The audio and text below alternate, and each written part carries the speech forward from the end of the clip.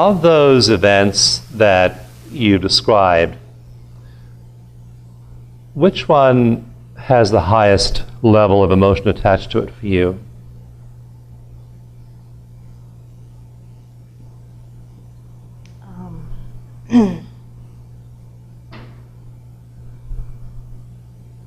Either the boy throwing rocks or my sister's laughing at me. Okay, let's do both of them. So let's just tap and talk and just tell the whole story. We'll just do tapping and talking.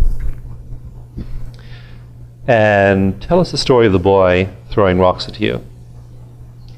I was a kindergarten. It was toward the end of the school year. Right. Couple of weeks left. Right. And he had been in my class. I don't know that I remember that much about him. He was just kind of a big kid. And I was walking home, walking home from school to my grandmother's house. She used to babysit us after school. And I was walking there, and all of a sudden I saw him there, and he was kind of like laughing, like ha ha ha, kind of, laughing, and he had a rock in his hand. Let's stop right there. Okay, so he's laughing, has a rock in his hand. What's your SUD level around that moment in time? When I first see him there. You see him and you see he has a rock in his hand, yeah. Well, I didn't know what it was at first. Okay. I didn't think about that okay. at first. So probably a 5. 5, okay. Yeah. Just keep on going. Right. So then he picks it up and he starts to throw it at me. I think there was another boy with him, but the boy didn't do anything. He just watched and laughed, I think. I don't remember that much. And so I remember saying, "Why are you throwing rocks at me? Stop throwing rocks at me." And he just laughed and picked up another one. And I'm running away as fast as I can. Running away from there as he's still trying to dodge the rocks as I'm running. And I kind of think maybe one hit my leg, but I was just running and crying, running home. And do I keep going? Keep going. And then I ran home. My grandmother was probably there. I don't think my mother and dad were probably there yet to pick us up. And I don't remember talking to her, but I probably did. And then I remember later on telling my mom and dad, this boy is throwing rocks at me. I have to go back to school. Can you pick me up after school tomorrow? And they said, no, I can't. Mom's like, I have to work, and Dad has to work, and I said, well, can anybody, can Grandma, can Grandpa, can anybody take me? And they said, no, you'll be fine, it'll be okay. He probably just likes you. That's what boys do. They throw rocks when they like you. And I'm like, but it hurts. It hurts. I'm afraid. I don't want to go back. And they're like, well, you have to. And so I did. And the next day, same thing happened. He threw rocks again. And the next day, same thing happened again. And I would ask my parents if they could come get me, or my sisters could walk, or they were older than me, so they got out of school later. So nobody could walk with me. I had to walk and do it myself. And the only reason it stopped was because school stopped. So I never got the help I wanted. Yeah. You never got the help you wanted.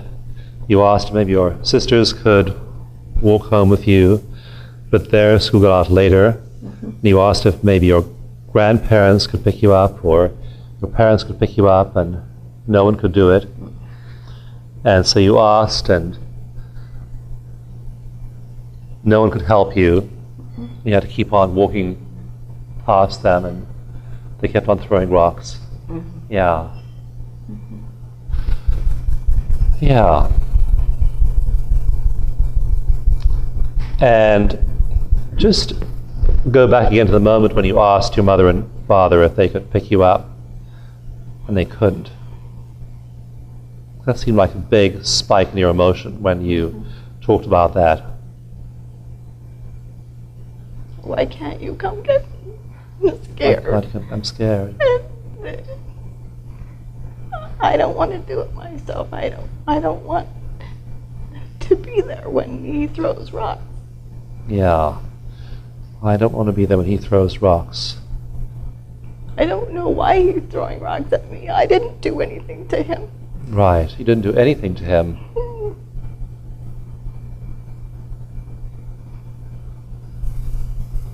Why is he throwing rocks at me? Yeah. I remember asking him that, why is he throwing rocks Yeah. at me? So why is he throwing rocks at you? You don't know. I don't know. Because you've done nothing. Yeah. And so you're asking your mom and dad, and they can't do it, and then you're asking if your grandmother or grandfather can do it, pick you up. And they can't because they watch other kids. They can't because they watch other kids. And Grandma she doesn't drive. Grandmother doesn't drive. Your sisters get out of school later than you. So you have to walk back again, and it's throwing rocks again. And it keeps on going day after day until school ends. Until school's out. Yeah. And I was happy then because he wasn't going to the school I was going to. Right. He was going to a different school. What do you think about that photograph you have of him? Is it from the yearbook? Yeah, it was like the school photo. Yeah, school photo, yeah. When you picture his face, what number are you in terms of emotional distress, 0 to 10?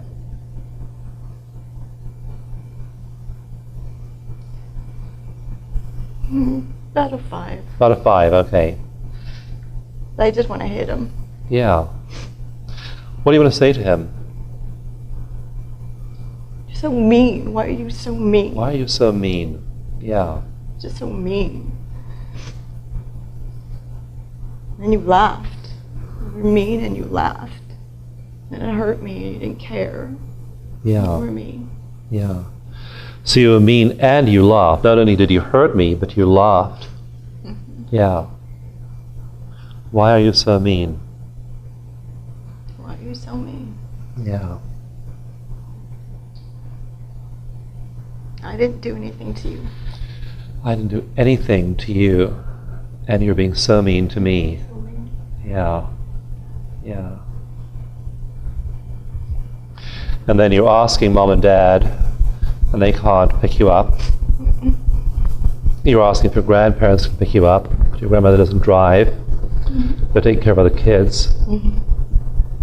So you're trying to find some way out of the situation. And I kind of remember that the next day, I guess it was the next day, after school was out, I stayed back. I thought if I stayed back, he would be gone. So I wouldn't have to see him.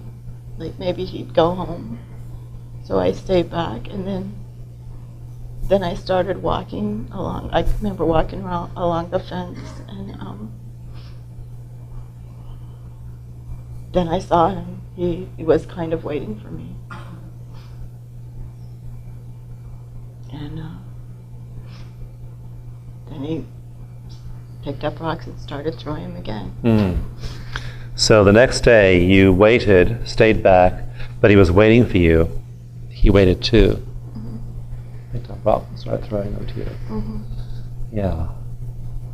He was mean to you then, he was mean to you every day you walked back. I don't remember being able to go home without him being there. Yes, yeah. For those days. Yeah, every time you walked back home he was there. Yeah. Go ahead and do the 9 gamut. Close your eyes and open them. Eyes hard down to the left. Eyes hard down to the right. Eyes in a big circle, follow my pen. Say out loud, he was mean. He was mean. Every day he was mean. Every day he was mean. He threw rocks at me. He threw rocks at me. I stayed behind. I stayed behind. Hoping he wouldn't be there. Hoping he wouldn't be there. But he waited for me. But he waited for me. He threw rocks at me again. And he threw rocks at me again. And he threw rocks at me every day. And he threw rocks at me every day.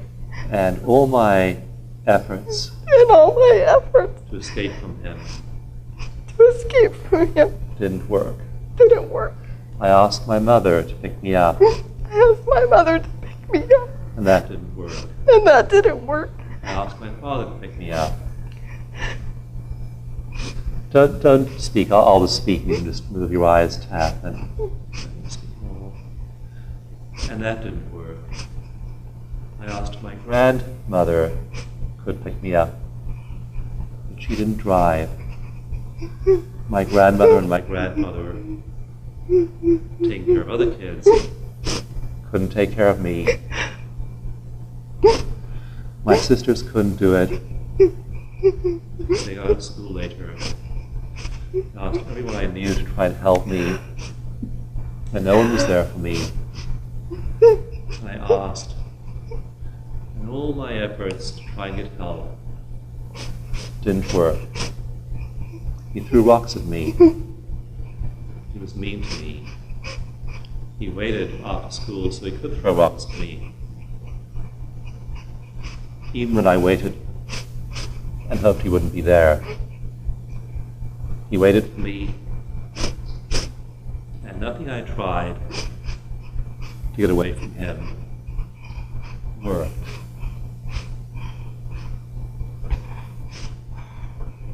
I tried my parents, I tried waiting after school.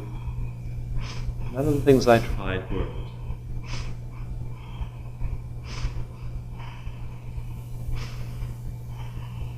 Okay, a couple of breaths, deep breaths.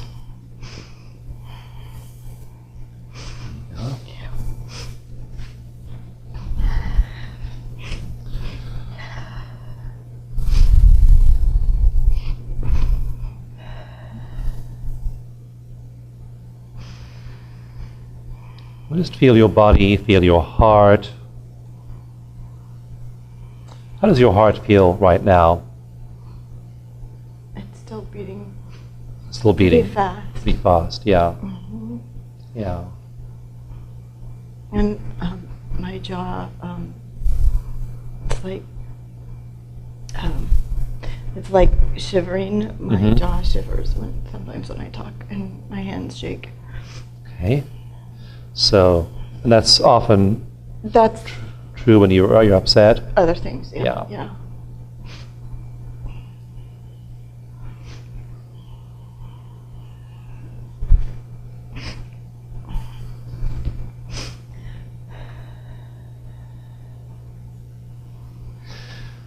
Let's imagine now, let's tap and imagine something. Imagine along with me that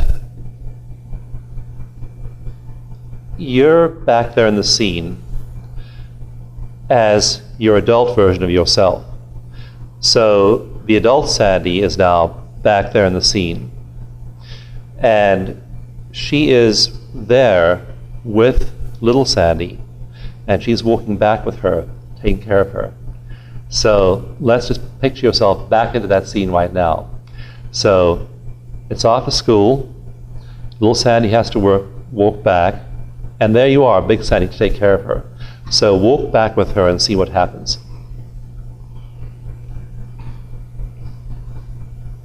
Do you want me to say it out loud? Say it out loud, describe what's happening. Okay, so little Sandy's big Sandy, and the adult Sandy is smiling at her, and she reaches out to her, take her hand, and she takes her hand and she smiles, and the little boy's over there, But Big Sandy just looks at him. Not mean, just looks at him like, I'm here. So I'm here. Just takes a look. Just takes a look. And the others, a little Sandy smiles up at Big Sandy like, okay, this is good. And they just walk hand in hand and they're both smiling. Good. So the safe will... She feels safe. She feels happy again. Good. She's a happy little girl, generally. Good. Yeah. So she is a happy little girl, generally. Oh, yeah. Yeah, she just likes to play and Yeah. laugh and... Yeah. And now she's got her happiness back because Big Sandy's there for her. Yes. Right. So let's go back in time and do the next day, and the next day. Let's just do it day after day. And let's see what happens when Big Sandy's there for her every single day. So it's now, that was day 2, now it's day 3.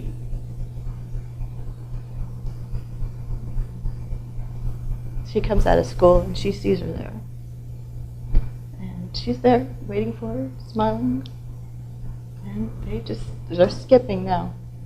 Good. She's skipping. And just telling her about her day and what she did.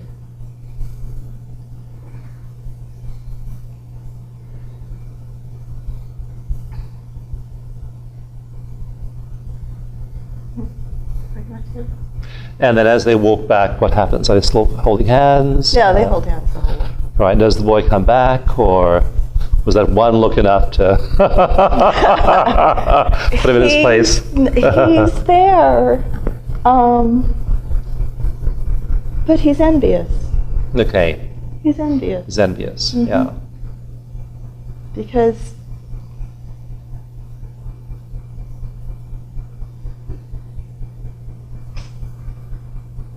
Yeah. he wishes somebody would be there for him. Yeah. He doesn't have anybody to be there for him. Right. So that's why he's envious. Yeah. There's no one there for him. There's nobody there for him. Yeah. Well, why don't you just go ahead and install a big version of him there for him as well? Okay. To hold his hand and play with him and tell him it's okay, and it doesn't have to be mean to get attention, that he can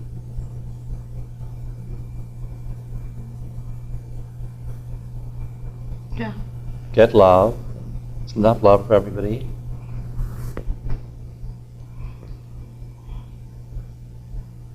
So now I see him with his person. Okay. And we're walking the one direction. And they're walking the other direction. Okay.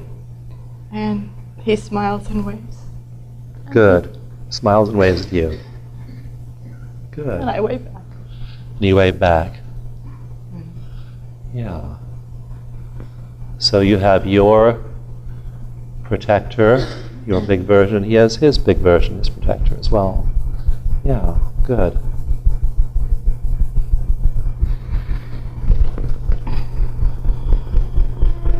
Now, imagine if you could have your big version of you in every memory, in every one of those memories. So when your sisters were maybe going to laugh at you because of the cast on your arm, if your big version could be there, if your big version could be there during the dance recital, if your big version could be there, all of these times. And whenever you need to, just call on the big version. That big version is right there for you. So just tap in the feeling of that big version being there for you.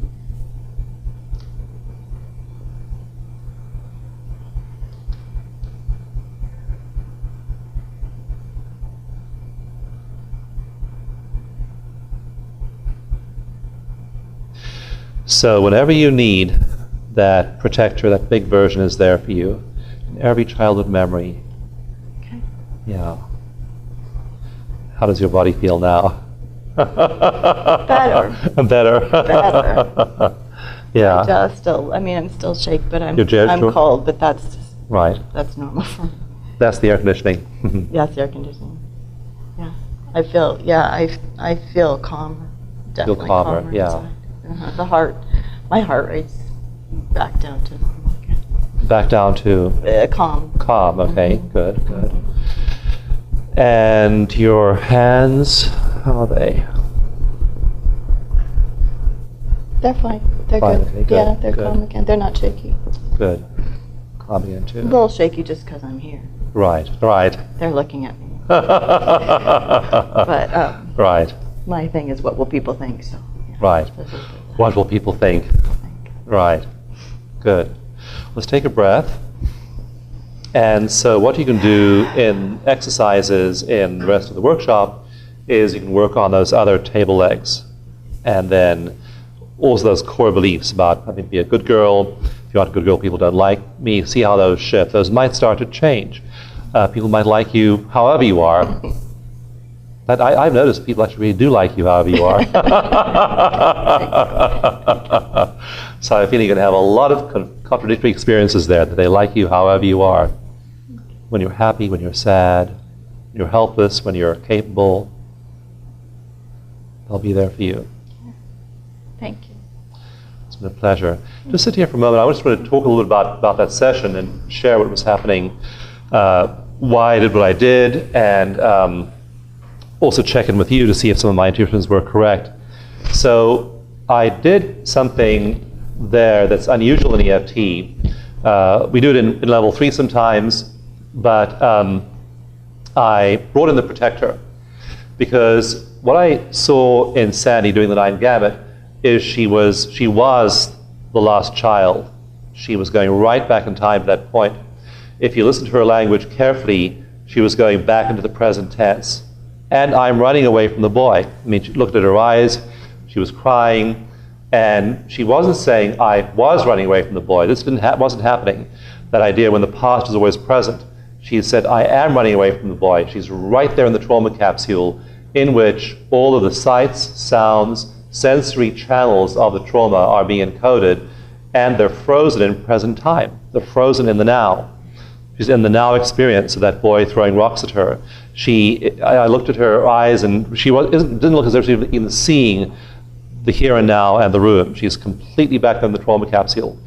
So I was doing the 9 gamut. I was doing the 9 gamut slowly. I was doing all the best EFT stuff, and it still wasn't really connecting with her because she was so deep in the trauma capsule. So I realized she needed more resources, and the resource was Big Sandy, the big version of herself, which she could easily invoke.